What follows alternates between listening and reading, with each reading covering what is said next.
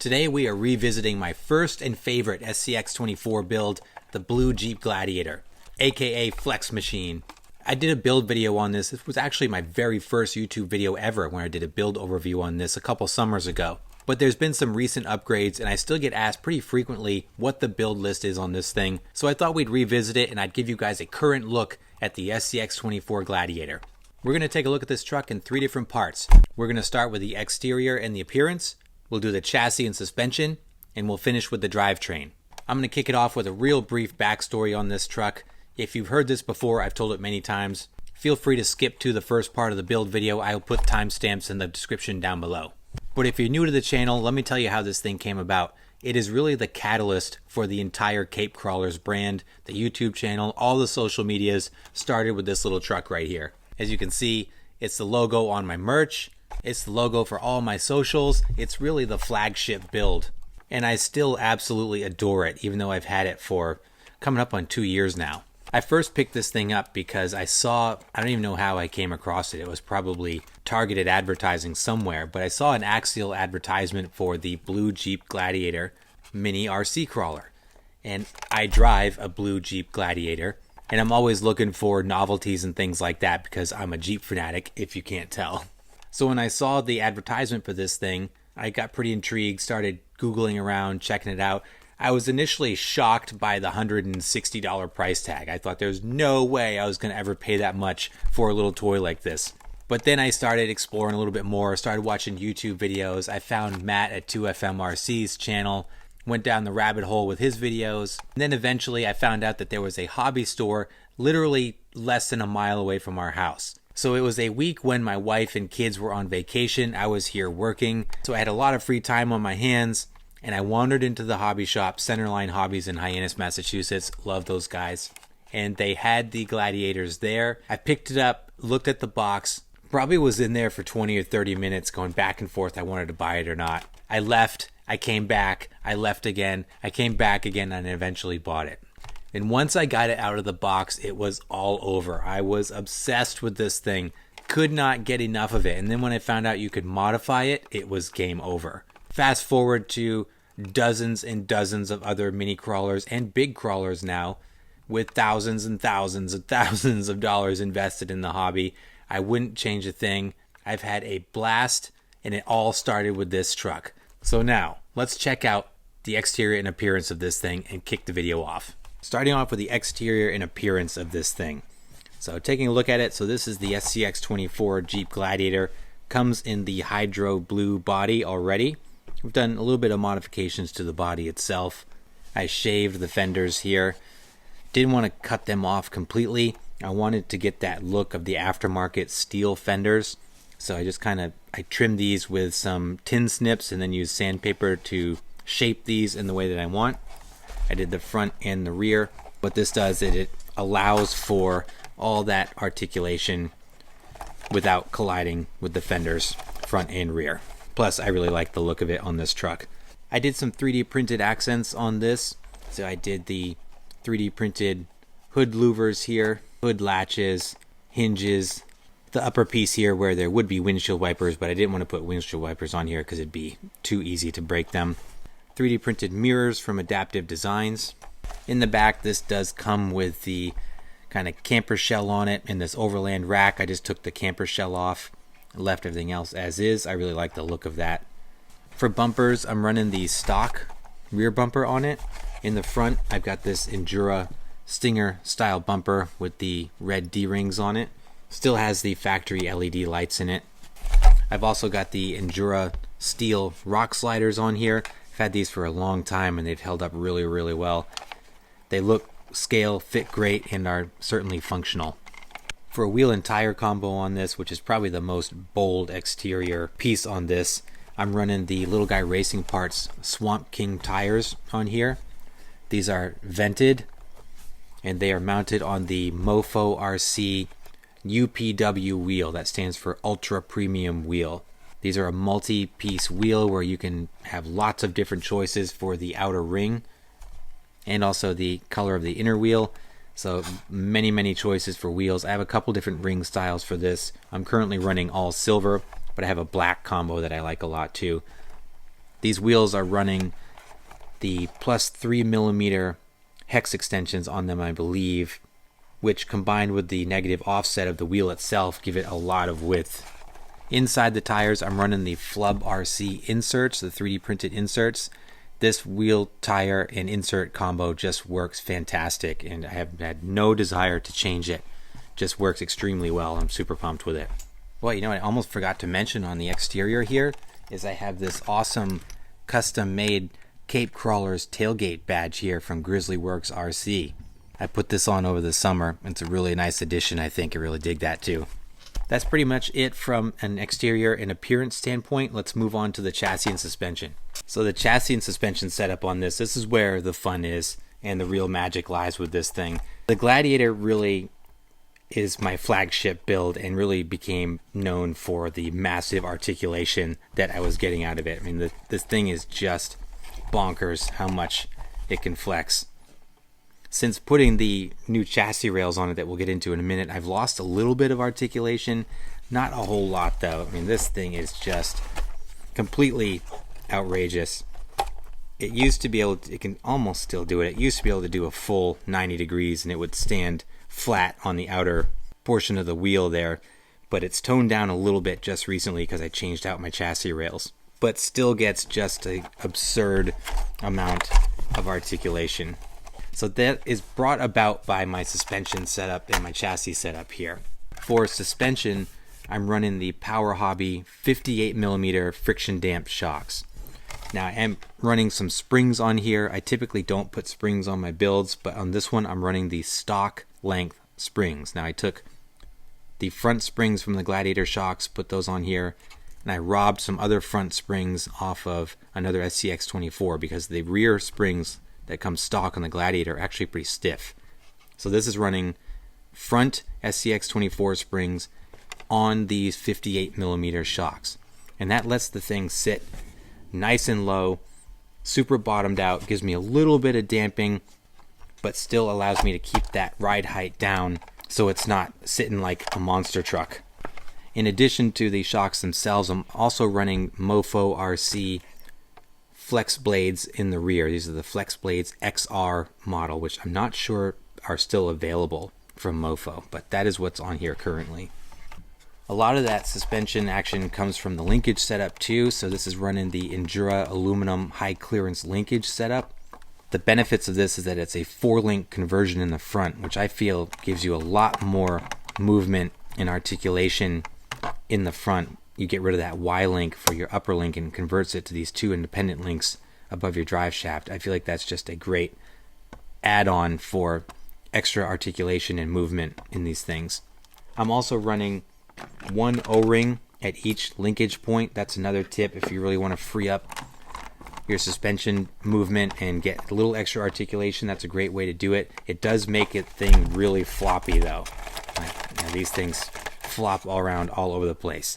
So for serious performance, I would put the O-rings back in there and not mess with that unless you're having binding issues.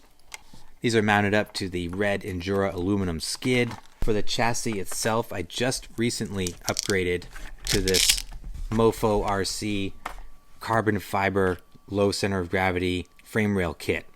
So this is really nice. It allows you to keep the stock bumpers. It's just the rails, so you just replace the stock frame rails and add this nice carbon fiber kit.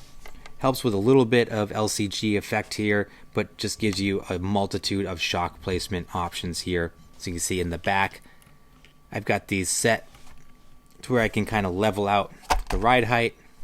It's nice to have that tuning option there.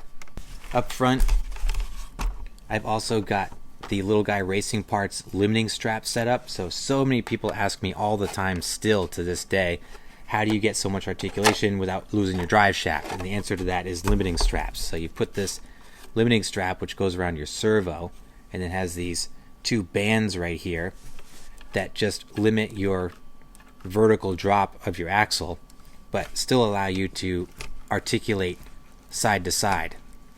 And if I didn't have these, you can see this thing would drop all the way down and you'd be losing the drive shaft. But with those 2 bands, keeps that in check and helps tremendously with performance, and also eliminates frustration from losing your drive shaft. While we're up front, we'll take a look at the servo. So I did also just put this on here too. I got this new AGFRC special edition micro servo. This is the kind of the graffiti print here. It comes with the aluminum horn. Nice servo, capable of up to 8.4 volts. Plenty of speed and torque on this. I like it a lot. It sits on the Mofo RC best servo mount ever, which is indeed, I believe, the best servo mount ever because it has these adjustable posts. You can fit big servos in here, no problem, and adjust it and fit with stock bumpers and things like this. So great servo and servo mount combo here. Endura steering linkage up here. Now the RC all-wheel drive axles, which I'll get to in a minute, come with their own steering link, but I found that I was getting issues with them colliding with the diff covers and just not fitting as good as I was want to, so I upgraded that to an Endura unit, and the combo works really, really well. You can probably see I've done some customizing to my chassis setup here because I'm running the brushless motor system. So what I've done is actually took an SCX24 Bronco battery tray, modified it to sit on here, and then I took the stock SCX24 Gladiator tray and modified that to kind of make my own custom combo here so that the FuryTech setup can sit on here and my batteries down low and in the middle. Alright, I think that's pretty much it for the chassis and suspension. Let's check out the powertrain in this thing. Alright, let's get into the powertrain on this little truck. Let's check it out. Some fun stuff in here. So first off, we talked about it a little bit. For the electronics on this thing, I'm running the 2-in-1 combo here from FuryTech. This is the TEGU24. This is an ESC and receiver combo that allows me to pair this with the FuryTech Avatar radio. I really like this board here because it combines the receiver and the ESC, gives it a really nice clean look. It's got this glass cover to it. You can kind of see into the raw electronics of it. This one has the Bluetooth module hooked up to it, so it has the FuryCar app that you can tune with your smartphone on the fly. Very, very nice setup.